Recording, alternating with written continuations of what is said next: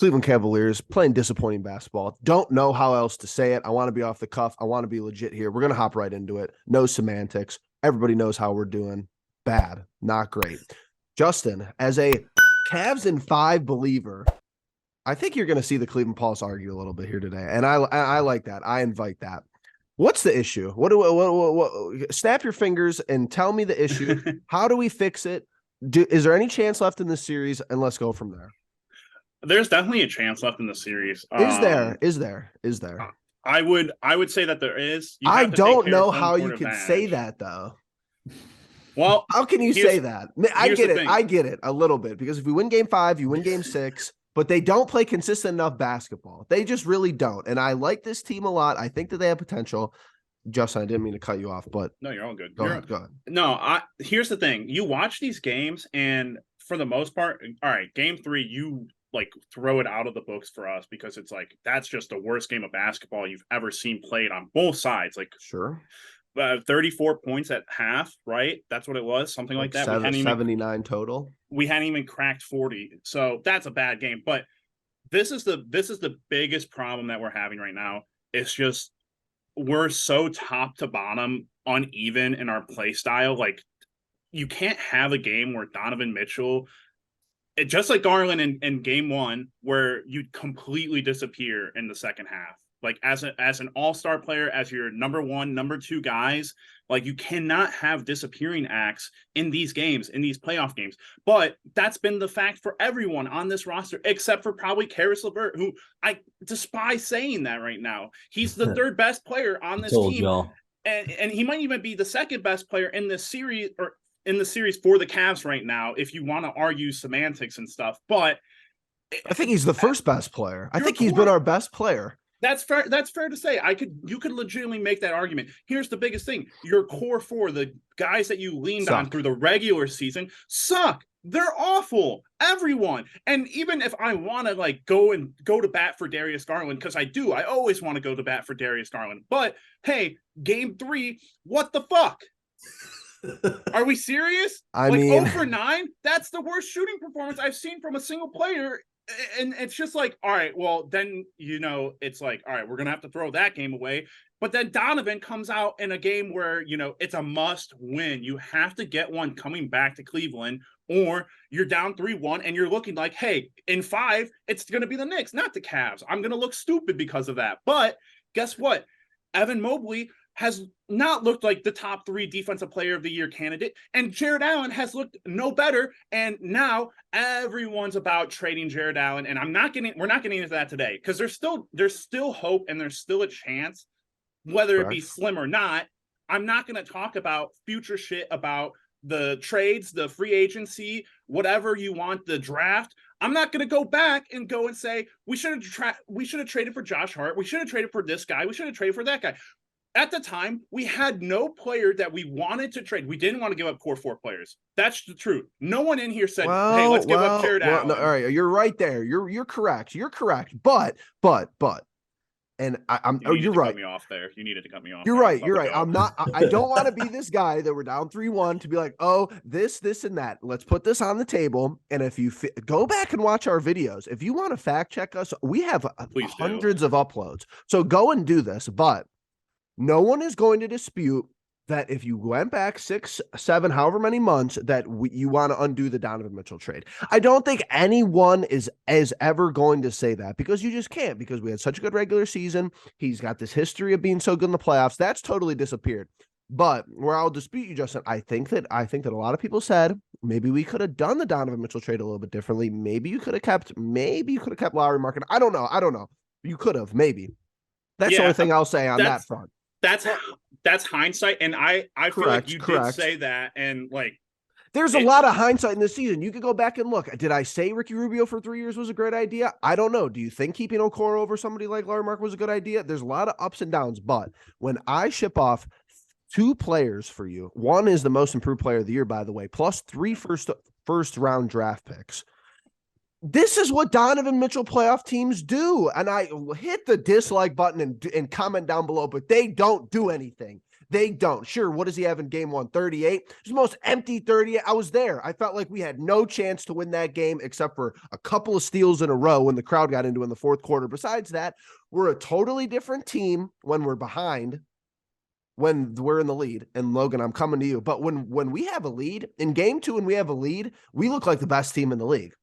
We haven't had a lead much in this series, and you could kind of tell we play nervous. We play a little bit scared. Our offense is terrible. Our offense is high ball screen, roll. We don't have any flaring. We don't have any down pressure. We don't have any pick and pop. So Okoro's trying to – I actually commend Okoro for his performance last game because he actually played pretty well and decent enough off the bench. Logan, go ahead. So people always – I think a lot of people, our audience thinks we're kind of negative people for the most part. I mean, I don't know if that's totally true, but I do think a lot of people are like, guys, calm down, this, that, the other. We're right though. Why are you freaking out about this? Because 16 months ago, I could see this shit coming, right? Our team, our composition as a roster is if Donovan Mitchell score 40, that's it. Donovan Mitchell, go save us. That's our issue. Our backcourt of Garland and Mitchell works so well together. But if one of them is off, and especially Mitchell, the whole thing is off. So I sit here and I'm angry that in the biggest game of the year, Donovan Mitchell doesn't show up. I get that. I understand that. But I find it hard to blame him. I really do. This guy's carried us all season. I get it. These are the big moments. These are the reasons you go out and make these kinds of trades to get these kinds of players. I get that. But our team should not be so reliant on one guy that we can't extend a 69-66 lead in the third quarter any other way. We rely on Donovan. Okay, I think we were up 69-66. Garland handed it off to Mitchell at the top. He missed the three-pointer. They go down. They get it and make it to 69-68. That's what happened. And to me, it's just like, it seems like everyone's got deflated again. Oh, Mitchell still can't make anything. That's the way it comes off to me with this Cavs team. It seems like they just lose all confidence if Donovan isn't playing well. And that's where I'm kind of like defending Donovan in a way. Yes, I'm pissed off. I'm so angry that he did not show up. But for anybody to be like, Donovan cost us a season, screw you. Screw you. I'm sorry, but that's the way I feel about that. You want to say, oh, we should have kept Larry Markin and Colin Sexton. Screw you. Those people on Twitter are funny. The Colin Sexton people are funny on Twitter. People are just ridiculous. And listen, Jeffrey and Justin can see me in our text messages. I do get pissed off. I do say exactly how I feel at any given moment of a game. I get that. But when the dust settles, I sit back and I analyze the game and how it looked. I still say Cavs in 7. And that's insane because there's been nothing about this series that would make me think that. I just get the sense 2 or 3 games are at home. Ride that. And that game 6 in New York, Madison Square Garden, that is where Donovan Mitchell can show you the reason why the Cavaliers went out and got him. That's the way I feel. This series has been a total shit show so far. Game 1, it's one of those things where it's like, holy crap, you lost that game by 4 points, and look how much it matters right now. It matters beyond belief. That's my issue with the series is that, well, that's not my primary issue, but one of my big issues with the series is that if you win game 1, like in comparison, the world is totally fine. Like I'm not feeling great. Let's just say game 3 and game 4 were the same, but you won game 1. I'm not like, I'm not betting thousands of dollars on us to get the job done, but it's like, sure, you still have home court advantage, technically, if you want to argue that, because you still have 2 home games left. And this is the whole point about 3-1, where if you win game 5 and then you steal game 6 on the road, anything happens in game 7, sure, that's the fun part. But the whole point of home court advantage is you don't lose the first game or the second game. So they did their job. They did their job twice. They steal a road game. They win both their home games. They're up 3-1. You don't come back from 3-1 unless you know who. So that's the moral of the story for me. And there's no similarities between that Cavs team and this Cavs team. That's like not right though. That's 3-1 in the finals, not 3-1 in the first. Correct. I know the Western Conference, but the Knicks in the 2016 73-9 Warriors. But it's like, But it's the same feeling. I kind of feel the same. But I agree. I don't think that they got it in them to come back No. down 3-1. No. I 100% agree. I'm just saying. I think there's a better chance. What is what is happening from the thing that really bothered me is that video that you sent Logan where the reporter asked JB, "Are you switching anything?" And then he says no, and then he does switch something, and then we play the worst game of basketball we played all year. Not that those two have two things any correlation, but I just want to get to this now before we kind of develop on further in this discussion. If we lose tomorrow, is JB gone? Logan, would you prefer? Would you fire him? Yeah. Okay. In a heartbeat. Especially if Nick Nurse is available out there. I think his issue if we lose this series, and I know we're so negative. Nobody cares. Go on Twitter if you want to go see people, this and that, and changing their profile picture to LeBron. I was about to say Nobody that. cares. Nobody cares. If you change your profile picture to that, I respect you. That's all I could say. But Justin, are you firing JB if we lose tomorrow? I would say yes because of what Logan said with Nick Merckx. But the thing is, Jeff, to your dismay, they won't do it because they signed him. They just signed him to that contract. Here's the problem now, or here's the problem with this conversation that we have issues. There are issues. There's a lot of issues that like once this series is over, win loss, whatever it may be. We're going to get into it. We're going to talk about it way more and how we address it. But sure. Right now, you kind of look at progression, and as a coach, it's hard to measure progression for a guy like JB. So he coached the 2018 Rockets in the playoffs, or 2016? I think it was 16-17. All right. So I don't really like people. They ran into Steph Curry. Like, that's fine. Yeah, they're making that into a thing. But here's the thing. He comes here, head coach. His first two seasons are what? If first season is Colin Sexton third year, so we're awful. We're under 25 wins. That's a guarantee. He took over for John Beeline. Maybe we could hire him again. Oh God, Jeff. Anyways, that happens. Then we have next year. This is his third year, right? Or is it his fourth? I believe he technically took over because he had Andre Drummond, right? Yeah. He had Drummond. He was like 6 and 7 in his first season because third full season. Yes. Okay. It's third full season. Yes. All right. Whatever the first year, we're not going to talk about that. His first year, Colin Sexton, third year, we're under 25 wins, bad. Next year, we lose good improvement. This year, you get Donovan Mitchell. You can argue a lot of that is progression on his part, us getting to the 4th seed and making it to the playoffs, but it's hard to not if you lose the series though. Not if you don't win a playoff series. I can totally understand that. But in terms of like talking progression, like the overarching conversation will be, or arguments from everyone on Twitter will be, this team is young. It's also fair to say that, hey, JB's a young head coach, but how long do you use that as an argument if a guy like Nick is out there and you're like, hey, that's a coach of the year candidate who, could really come in and make that impact, make that change for us. He's won a finals. Like I don't know if it makes sense. Like I'd have to look. I can't just blindly be like, yeah, but the issue is that you have a couple issues with this roster before we flip the switch, because we are going to flip the switch, believe it or not. That doesn't mean we're going to stop bickering, but we are going to talk how we could get back into the series. We're going to start with Logan on that, but you have two issues here. Donovan Mitchell is not on like a super, like, all right, he's on, granted he is on the max contract, but how many years are left of that contract is a question you have to ask yourself. It's not like we traded for him on a fresh super max where we have control of him for 5 years. Not that that even means anything anyway, because you could ask for a trade, you could become disgruntled. We know how the NBA works. We had this year and we have next year with him.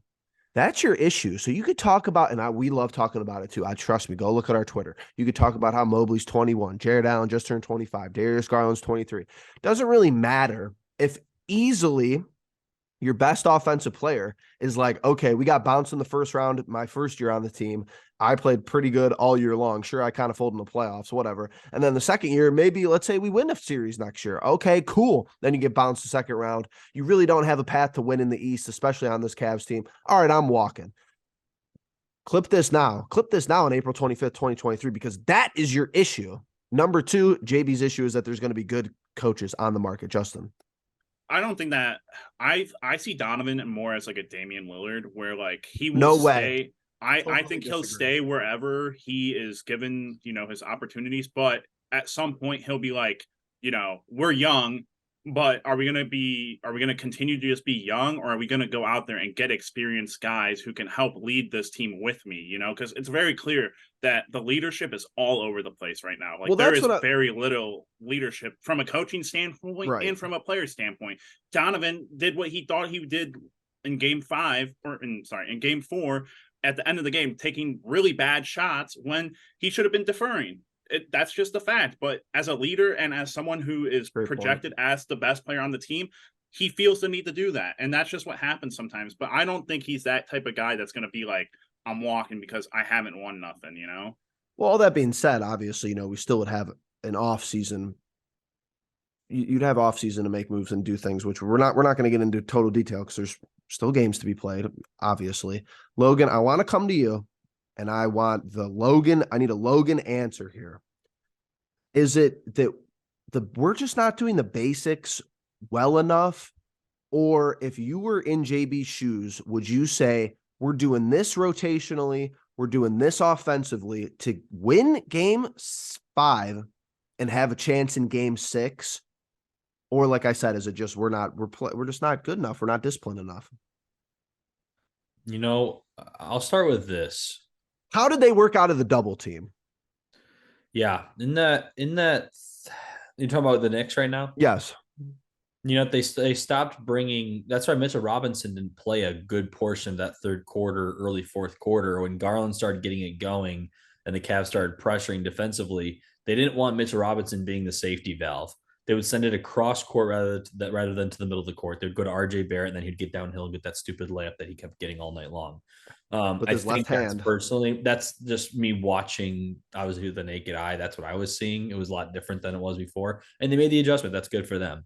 Now, for the Cavs, here's the thing. The way we get back in the series is Garland needs to play like Jalen Brunson. And what I mean by that is strategy-wise, if Brunson gets by our first line of defense, we're cooked every freaking time. Every damn time. If he gets to the middle of the paint, if he gets that step on Garland, gets the step on whoever is guarding him that day, they're going to score. It's going to be a drop-off feed. It's going to be kicked to the corner. Garland needs to do that because guess what? That is Cavaliers basketball. Wouldn't you know it? They're beating us at our own game. That's what they're doing right now. If Garland gets the step on Brunson, he finds Allen Mobley. You remember in the third quarter there of that game 4, Cavs were rolling, and Garland was the reason for it. 11 points and 5 assists through 6 minutes of that third quarter. He was the orchestrating it. So to me, this needs to be less about Mitchell and more about Garland. I think he's the biggest X factor of it all now. He has to cancel out Brunson. He needs to play similarly to Brunson. And then Mitchell just has to be great in the spots he's given. Obviously, Mitchell's going to get the best defenders every single time. He's got Josh Hart hounding him all freaking series. Quentin Grimes getting hurt is the best thing for New York. And I will stand by that. That's so true. I was thinking the same thing. Yes. I would love if we could have something that would help us out like that. Obviously, people will shit on JB for starting LeVert, and I'm even one that said, start LeVert. So I'm not even going to sit here and act like I thought that was a bad move. I think that was something that you're going to New York, you need to be stronger. So that I'm not mad about. That I can live with. The thing is with me, as far as JB is concerned, you need to give this New York team a fresh look every couple of minutes. And I don't mean like hockey lines, like go, go, go. I just mean like, this Cavs team likes to ride out these lineups that don't freaking work. Don't work. Why is Rubio in the game? Why is Jetty Osman seeing the floor anymore? Why is the hell down? This is the problem, though. Like, and this is the only thing, because I'm right there with Logan. I was one of the people who said that we, after game 2, with how well LeVert played, and just a side note, like, I think the key to this series is very plain. Like, it needs to be an even keel between Darius Garland and Donovan Mitchell, or Darius Garland and Caris LeVert, or Donovan Mitchell and Caris LeVert. When your when 2 of our guards are like over 20 points, I think we win the majority of those games. But that being said, here's the problem with the LeVert starting thing. our rotations, I said this was going to happen. Our rotations are fucked now. Let's go back to game 2 and see what the rotation looked like, because I'm pretty sure Danny Green played more minutes in that game than he has played in the 2 games after that. 20 minutes for him. What happened Chetty there. Osman, 23 minutes. Karis LeVert, 40 minutes. And yeah, Isaac Okoro plays 3 minutes, but still, like, the rotation there is basically perfect if Okoro doesn't get those 2 fouls early. I understand. I see it too. I see that, he stands in the corner and it's either, if he misses them, yeah, it's bad shots, but he has to be able to move around too. But I just think that it was in the first game, it was a very similar rotation, not exactly the same minute spread, but we were very close in that game too. And then in these past 2 games, we've just looked awful. We've just looked completely awful now. We look nothing like game 1 and 2. So now the question is, all right, JB, do you go back to what worked in game 2, because you can't really say it worked in game 1, but I would argue game 1 and 2 lineup, or here's an even crazier fucking idea, because there's 3 options. You could stick with the lineup that you've been going with the past 2 games, or you go and you do what everyone like Jeff, like Logan has been saying, put Lamar Stevens in. For the Logan guy, put him in. That's the most vulnerable offense to me. He has played 0 minutes. And here's the never even tried it. Here's the one thing I'm gonna say with this, guys. He played Team Wade for 7 minutes in the first game. And that's also one of those things that is like, yeah, that gives reason to Lamar Stevens. But again, Lamar Stevens offers nothing outside of the idea of, like, he might be a better rebounder and he might bring a type of energy to the game. This is your game to do it because we're at home. Yeah, and you're in a must-win. You have to do something. So I'm okay with that idea. I also think that it just makes sense to put LeVert back on the bench. It's not anything against LeVert. It really isn't, because I'm sticking with this. He's been the second to third best player, easily third best. You could argue second, and you could, like Jeff said, you can make the argument for the first best player on this team. He needs to come off the bench to just give the bench that boost that we need, because we are just getting decimated. And that's the problem. JB doesn't know what to do. If Karis isn't on the bench, he's like, well, shit, I guess I got to bring Rubio back after he played like shit in game 1. Why? That didn't make sense. But and Danny Green, I got to look at his minute shares for game 3 and game 4, because I bet you it's under 10 minutes. Easily. He didn't even play in game 4. That's the one that really bothers me, because anytime Danny Green's been on the floor, we haven't been getting 4 minutes in game 4. 4 minutes. It Rubio played 6, and Okoro scored 9 and 17. But Logan, before we continue, what I agree with Logan here, because it's difficult to see in the grand scheme of things, the first couple minutes of the game really does dictate how the game is going to go. And I get that it's kind of hard to see when you're watching the game, but if you start Okoro and he makes his first like 2 threes, let's just say this, for example. Oh, we're winning. Like, that's exactly how I feel. And the only person who I really feel confident in taking threes right now is Garland, sometimes LeVert, mostly. Every other person, even Donovan, rises up. I'm not really confident in that shot. Was it a good offense possession? Maybe not. I don't really know. Logan, continue. We got to wrap up here shortly. Yeah, I just, everything they did right in game 2 went away in game 3 and 4. Everything they did right in quarter 3 of game 4, they went away from in quarter 4 of game 4.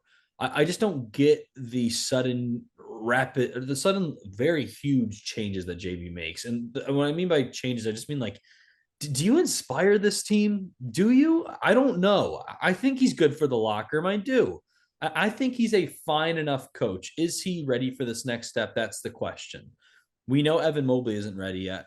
We know Jared Allen isn't ready yet for these big moments. It's going to rely on Donovan Mitchell and Darius Garland. I'm sorry to say that about Jared Allen and Evan Mobley. I hope they shut me the hell up in game 5. Mobley's not ready. Mobley's not ready. It's just not their series. Allen, I just don't know if it were, like, I just don't know if this is just not his matchup. It's not. I mean, JA, are you tired of getting bitched by Mitchell Robinson? Because I'm tired of watching it. I'm tired of watching it. Here's the thing.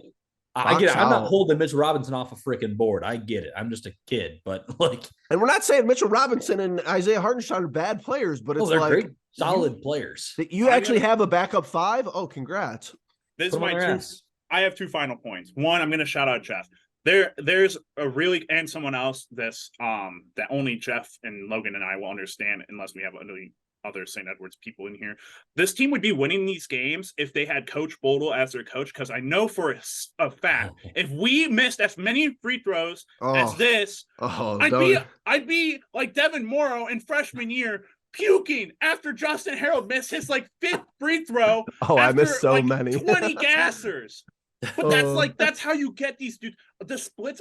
If I go and look at our free throw percentages at player free throw percentages, I'm gonna lose my shit. That's awful. That needs next year. If we're free throws, if we could just fix free throws, we'd be in way closer games and leading some of these games. Might have been way the more. Seed. That point being put aside, what the hell was my other point? I don't even think that's really my point, but Jared Allen and this is what it is. Why don't we just switch to a zone? Because the only reason I say this is Jalen Brunson's bag, like Jeff says, is very fucking small. He does the same move where he dribbles to the right, gets to the right, the hezzy, like Isaiah Thomas, wing, and pulls up. Okay, so you got one looks guy like there. A fish. Play 3-2. Play 3-2. Have the middle guy come over, help. And yeah, are you going to have guys standing in the corner waiting to shoot threes? Yeah, probably Julius Randle, who let him shoot. Let him shoot. Let RJ Barrett shoot. What about a box and one? How about I'm in for a box and one? Shoot. If you're not named Josh Hart or Jalen Brunson, I really am not too worried about it. Yeah, is Obi Toppin going to hit the occasional 3 when he comes in? Sure. Yeah, that's whatever. Annoying. But the thing I'm losing my shit over is the fact that we can't grab a fucking rebound. Guess what? If you play a 3-2, everyone is already within the 3-point line. Go to the fucking boards. I can't see this anymore where I watch the Knicks, all 5 guys go for a defensive rebound. They don't give a fuck about running transition offense. Unless they get a steal or they get a fucking block, they don't care. No. You're honestly correct. Yeah. They all crash the glass because Thibodeau knows that we've had one of the slowest paces in the league. So they know. So what are we going to do? Get out and push? And that's the thing. Justin, I love that idea, but why is our third rebounder LeVert? Oh God! But second, and he's sitting under 5 rebounds. If I go look at the Knicks stats, he had more rebounds in the last game than Jared Allen did. He had more rebounds in the last game than Jared Allen did. My only issue with the zone, I actually love that idea. JB should try it. What's it going to hurt? We're going to give up a stupid Jalen Brunson floater? Who cares? Yeah. But we can't even box out when we're guarding a man. We can't even find our man when we're guarding the man to box out. So if we're in a zone and they're going to be like, oh, who do I box out? That's my only issue. The other issue, too, is the Knicks are bricking crap 15 feet off. And the ball goes right to them. The ball bounces right to them. They get every 50-50 ball. And at the time, the ball is 70-30. Final thoughts? We got 5 minutes left. Final thoughts? Cavs in 7. Oh, Cavs in 7. All right. I appreciate Jeff, you have been very on point with your predictions. I'm pretty sure you said game. I lost the predictions in the regular season. Yeah, but you're perfect right now, aren't you? I think maybe you said we win game 3. I said we would lose. I said we would lose a home game. I don't know. I don't think I called the actual games, but I said we'd lose a home game and that we would lose game 3. But I did think we'd grab game 4 and wait 30. Yeah, I thought it would be. No, I said we were going to win every home game, but that was too basic of a prediction. So I said 2 after 4. So everybody's wrong. But I did say Cavs in 7 pre-series. Here's my thing before we end. This is what I got to say. And, it's fine. But game 3, they pan to the bench, and Donovan Mitchell is very animated on the bench, yelling at people. I was very kind of so on that. I'm fine with you being animated. You're the leader of this team. That's cool. That's all good. But I didn't love the body language. It wasn't like a hype guys up kind of moment. It was kind of like, I didn't know what was being said, but it kind of looked like he was just bitching at people. For you to do that and come out and play the way you did in game 4 is despicable. That's all I have to say. 11 points, 2 in the second half. Figure it out. Give me 40 tomorrow. I'm waiting for it. You haven't done, you really sure you had 38 or I don't even know in the first game. You lost.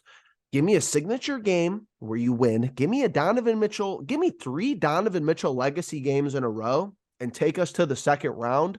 And I wouldn't even know how to act if we came back and win this series. I didn't know how to act in 2016, and this would be nothing like that, and I wouldn't know how to act. So, with that all being said, Justin, Logan, appreciate you guys. Thought it was a banger episode. Think the fans are going to like this one. Hit the like button, hit the subscribe button.